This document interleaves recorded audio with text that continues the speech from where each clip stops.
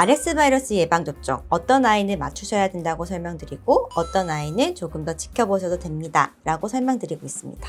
제 외래에 내원했던 아이들에 대해서 조금 간단하게 설명을 드릴 건데요. 첫 번째는 생후 50일 된 아이였어요. 만삭으로 태어나서 특이병력이 없고 수유도 잘 진행이 되고 체중 증량도 잘 되는 아이여서 굉장히 건강한 아이였어요. 위에 형제가 어린이집을 다니고 있었고요. 하루는 아이가 수유량이 반토막이 나면서 굉장히 끙끙거리고 잠을 못 자고 숨을 헐떡거리고 쌕쌕거리는 소리 때문에 내원을 하셨습니다. 기침이나 콧물은 거의 별로 없었고요. 그런데 열은 없었는데도 불구하고 저는 상급병원 응급실로 빨리 내원을 하셔야 될 것 같습니다 라고 설명을 드렸어요. 아이가 모세기관지염이 진행이 되고 폐렴까지 와서 사실 10일 정도 입원을 하고 퇴원을 했었습니다. 이 아이는 RS 바이러스 감염으로 확인된 아기였습니다. 지금은 괜찮아요. 그리고 두 번째는요, 생후 25일 된 아기였어요. 이 아이도 만삭으로 태어났고 굉장히 건강한 아기였어요. 수유도 잘 진행이 되고 있고 위에 아이가 유치원을 다니고 있었거든요. 첫째 아이가 감기가 자주 걸리니까 우리 둘째도 사실 콧물도 있고 기침도 있겠다라고 생각을 했는데 콧물이 계속 나왔고 기침을 간헐적으로 하기 시작했고 수유량이 완전히 반은 아닌데 조금 줄기 시작해서 내원을 하셨어요. 근데 사실은 첫째 아이의 친구가 RS 바이러스에 걸려서 입원을 했었대요. 그래가지고 둘째가 혹시나 걱정이 돼가지고 검사를 하러 오셨거든요. 제가 실제로 검사를 했을 때 이 아이는 RS 바이러스가 확인되었었습니다. 근데 이 아이는 증상이 많이 심하지 않아서 쌕쌕거림도 많이 없고 해서 사실은 그냥 나타나는 증상에 대한 조절만 하면서 지켜보고 외래에서도 치료가 되었던 아기였습니다. 이 두 아이의 차이점은 무엇일까요? RS 바이러스 예방접종의 여부였습니다. 첫 번째 아이는 예방접종을 맞지 못했고 두 번째 아이는 예방접종을 맞은 아이였었습니다. 그러면 도대체 RS 바이러스가 무엇이길래 위험하냐라고 설명을 하느냐. RS 바이러스는요, 비말 감염으로 진행이 되는 감염병입니다. 보통 10월에서 3월 사이에 굉장히 유행을 하게 되고 최근에는 4월에서 5월에도 RS 바이러스가 확인이 되면서 입원 치료로 이어지는 아이들이 굉장히 많았었어요. 그렇기 때문에 굉장히 두려워하는데 사실 큰 아이들이나 성인 같은 경우에는 증상이 그렇게 심하지 않게 나타나기 때문에 걱정을 많이 안 하는 바이러스 중에 한 가지인데요. 1세 미만의 아이들 같은 경우는 굉장히 다릅니다. 숨을 쉬는 기도를 생각을 해보면 편한데 아이들 기도는 굉장히 좁고요. 어른들과 큰 아이들 기도는 조금 더 넓다라고 보시면 되죠. 이 넓은 기도에는 사실은 부종이 생기더라도 숨 쉬는 길이 쉽게 막히지는 않을 건데 작은 기도를 가지고 있는 아이들의 기도 같은 경우는 조금 부종이 생기고 가래가 생기고 있을 때는 이 숨 쉬는 길이 쉽게 막혀버리게 되는 거죠. 그러다 보니까 무호흡증도 오게 되고 쌕쌕거림도 발생하고 가래가 빨리 풀리지 않으면 폐렴으로 진행이 되게 되고요. 그렇기 때문에 입원 치료로 이어지는 경우가 굉장히 많기 때문에 저희가 무서워하게 됩니다. 실제로 쌕쌕거리고 가래가 생기면서 그냥 단순하게 입원해서 수액 치료가 진행되는 경우가 아니라 산소 치료가 필요하게 되는 경우도 있고 중환자실 치료가 필요하게 된 케이스도 굉장히 많기 때문에 저희 소아과 의사로서는 두려워하는 바이러스 중에 한 가지예요. 그러면 1세 미만의 아이들 같은 경우는 합병증이 생길 수 있는데 이런 경우는 무호흡증, 그 다음에 중이염도 생길 수 있고 반복적인 쌕쌕거림이 발생할 수 있고요. 그리고 또 한 가지는 폐 쪽의 기능이 떨어지게 되면서 폐기능 저하가 발생하는 경우도 생길 수가 있습니다. 그러면 언제 응급실 빠르게 가야 되냐? 아이의 수유량이 반토막이 나고 쌕쌕거리고 헐떡거리며 숨을 쉬게 된다. 갈비뼈가 함몰이 되면서 헐떡거리는 숨을 쉬게 됐을 때는 굉장히 불편한 숨을 쉬고 있다고 보시면 되기 때문에 이 부분 굉장히 주의 깊게 봐주셔야 되고요. 그리고 아이가 자극을 주었음에도 불구하고 깨지 않고 자꾸 자려고 하고 처진다. 이런 증상이 있으면 바로 응급실로 내원해 주셔야 됩니다.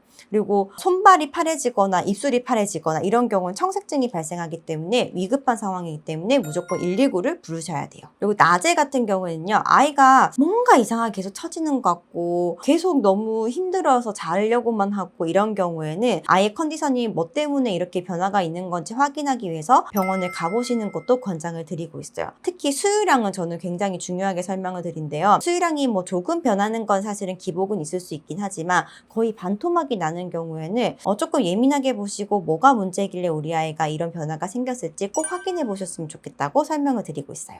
그리고 낮에는 사실은 기침도 조금 하고 심하지 않게 나타나는 경우가 많은데 보통 밤에 증상이 심해지는 경우가 많아서 다들 이제 또 굉장히 당황하시죠. 근데 RS 바이러스 같은 경우는 몸에 들어와서 바로 증상이 생기는 것이 아니라 보통 이틀에 3일 정도 후부터 증상이 생기기 시작합니다. 그렇기 때문에 처음에 민첩하게 반응하기가 굉장히 어려울 수 있어요. 만약에 RS 바이러스가 이제 치료가 되고 좋아진다라고 하면 수유량이 회복이 되고요. 아이의 눈이 초롱초롱해지면서 안색이 굉장히 좋아지게 됩니다. 이런 부분들 포함해서 전반적인 컨디션이 좋아지는 것을 보면서 아이가 회복 중이구나 라고 생각하시면 되세요. 그러면 RS 바이러스 같은 경우는 치료법이 특별하게 있느냐?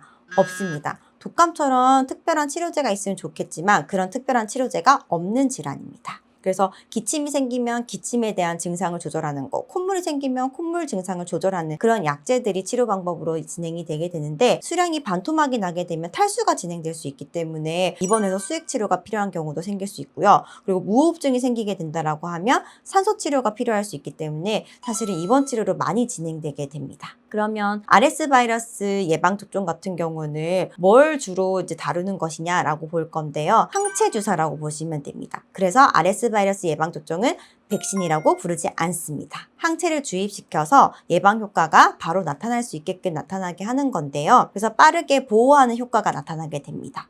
그러면 예방 접종을 맞으면 우리 아이는 RS 바이러스에 안 걸리나요? 아니요. 걸릴 수 있습니다. 아이들마다 면역 체계의 정도가 다르기 때문에 어떤 아이는 이걸로 방어가 잘 되는 반면 어떤 아이 같은 경우는 RS 바이러스가 걸릴 수도 있죠. 다만 예방접종을 하지 않은 아이에 비해서 예방접종을 한 아이는 중증도로 진행될 가능성이 굉장히 낮기 때문에 약하게 증상을 가지고 진행되고 좋아지는 경우가 대부분입니다. 예방접종을 했을 때 하기도 감염의 발생 비율 때문에 입원을 하게 되는 것을 비교를 했을 때요. 미국 같은 경우는 입원율이 91%나 감소한다고 보고를 하고 있었고 프랑스의 경우는 83%까지도 감소를 하는 것을 관찰할 수 있었다고 설명을 하고 있습니다. 그러니까 전반적으로 한 80% 정도의 입원율이 감소하는 효과를 가지고 있다고 보시면 되세요. 그러면 접종은 언제 해야 되는 것이냐? RS 바이러스는 아무 때나 맞을 수 있나요? 아니요. 사실 유행하는 시기가 10월에서 3월이기 때문에요. 유행하는 시기를 저희가 위해서 9월 말부터 접종을 시작하게 됩니다. 만약에 2026년 3월에 태어나서 우리 아이는 그 유행하는 시즌에 이미 접종을 했어요 라고 하면 올해 또 맞아야 되나요? 라고 물어보시는데요. 이런 경우는 정말 아이가 이른둥이거나 아니면 24개월 미만의 고위험군에 해당하지 않는 경우에는 사실 권장하고 있지 않습니다. 이 아이는 베이비투스를 다시 맞을 필요가 없으세요 라고 설명을 드리고 있고요. 만약에 2026년 4월이나 5월에 아이가 태어났는데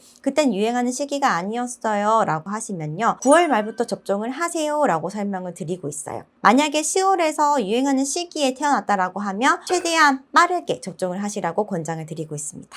그러면 사실은 이 RS 바이러스 예방접종은 지금 필수 접종이 아니라서 가격이 사실 50만 원, 70만 원 사이로 굉장히 고가의 접종으로 알려져 있는데 꼭 맞아야 되나요? 라고 물어보시는데요. 비용적인 부분 때문에 고민을 많이 하시면서 저도 무조건 하세요 라고 설명을 드리지는 못해요. 사실은 위에 있는 아기가 뭐 어린이집 다니거나 유치원 다니거나 학령기의 아이거나 아니면 가족분들 중에 아이를 가르치는 직업이 있으시거나 하는 경우에는 사실은 RS 바이러스의 노출 위험성이 높아지기 때문에 접종을 권장드린다고 설명을 드리고 있고요. 그리고 계속 고민하면서 맞춰야 될지 말아야 될지 모르겠다고 하시는 분들 같은 경우는 너무 고민되시면 조금 지켜보세요. 다만 아이의 반응에 아이의 변화가 있는 부분에 대해서 조금 민감하게 반응을 해주시고 유행하는 시기에는 빠르게 병원에 내원하셔서 확인하셨으면 좋겠다라고 설명을 드리고 있습니다. 체중 때문에 우리 아이는 2병을 맞아야 되나요? 라고 물어보신 분들도 계신데요. 요즘에는 2병이라는 개념은 없고 5kg 미만의 아이와 5kg 이상의 아이는 접종 용량이 달라지기 때문에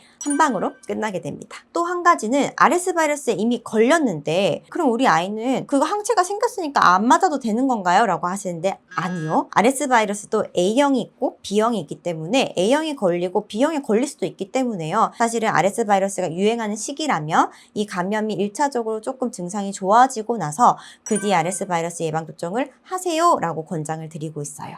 그래서 계속 비용도 부담이 되고 외부에 노출도 별로 없는데 괜찮지 않을까 고민하시는 분들께는 아까 말씀드렸던 것처럼 증상을 조금 더 예민하게 봐주세요 라고 설명을 드리고 있고요. 위에 아이가 있었을 때는 그러면 예방접종을 하지 않고 뭘 조심해야 되나요? 물어보실 때는 위에 형제들이 유치원 다니고 오거나 아니면 집에 귀가를 했을 때 옷을 빠르게 이제 깨끗한 옷으로 환복을 해주시고 손 위생 꼭 신경 써주셔야 된다고 설명을 드리고 있고요. 조금이라도 기침, 가래, 콧물 증상 같은 게 있다라고 하면 마스크를 착용을 해서 신생아 아기를 보호할 수 있게끔 노력을 해주셨으면 좋겠습니다 라고 설명을 드리고 있고 장난감이나 젖병, 매트 같은 경우는 소독을 조금 자주 해주시는 걸 권장을 해드리고 있어요. 그리고 하루에 2번, 3번 정도 환기를 시켜주시는 것을 추천드리고 습도를 너무 높지 않게 한 50%에서 60% 정도로 맞춰주세요 라고도 설명을 드리고 있습니다. 그러면 접종을 했을 때 부작용은요? 라고 물어보시죠. 부작용은 사실은 굉장히 많지 않다라고 설명을 하고 있어서 임상에서는 안심하고 맞으세요 라고 설명을 드리고 있는데요. 모든 예방접종은 부작용이 없을 수는 없다라고 설명을 드려요. 접종을 했을 때 접종 부위에 발적, 붓기, 그 다음 여기에서 열감이 나는 거, 예방접종 후에 발열이 발생할 수 있는 그런 점들은 공통적인 주의사항이기 때문에 꼭 알아두셔야 되는데 치명적인 부작용은 발생하지 않았기 때문에 비교적 안전하게 맞을 수 있는 예방접종입니다. 그리고 BCG, 비형간염, 그다음 폐렴구균, 그다음 로타바이러스, 독감 이런 거와 같이 접종 시기를 다른 거와 같이 맞아도 괜찮기 때문에 두려워하지 말고 소아과에서 충분히 상담을 받으시고 접종을 하셨으면 좋겠어요. 앞에서 설명드렸던 두 아이 기억하시나요? 생후 50일과 생후 25일 아이의 증상의 차이요. 예방접종을 하고 안 하고의 차이가 사실은 확연하게 컸기 때문에 저한테도 와닿는 부분은 굉장히 많았어요. 다만 비용적인 부분도 그렇고 환경적인 부분 여러 가지 상황들이 있기 때문에 꼭 필수적으로 맞으세요 라고는 설명을 드리진 못합니다. 그렇기 때문에 꼭 선택을 해야 되나 말아야 되냐 이게 포인트가 아니고요. 우리 아이가 만약에 RS 바이러스에 감염이 됐을 때는 증상들이 여러 가지로 생길 수가 있기 때문에 꼭 예민하게 반응을 해주세요. 이게 제가 오늘 꼭 말씀드리고 싶은 부분이고 이 부분만 기억하셨으면 좋겠습니다. 이젠 혼자 걱정하지 마세요.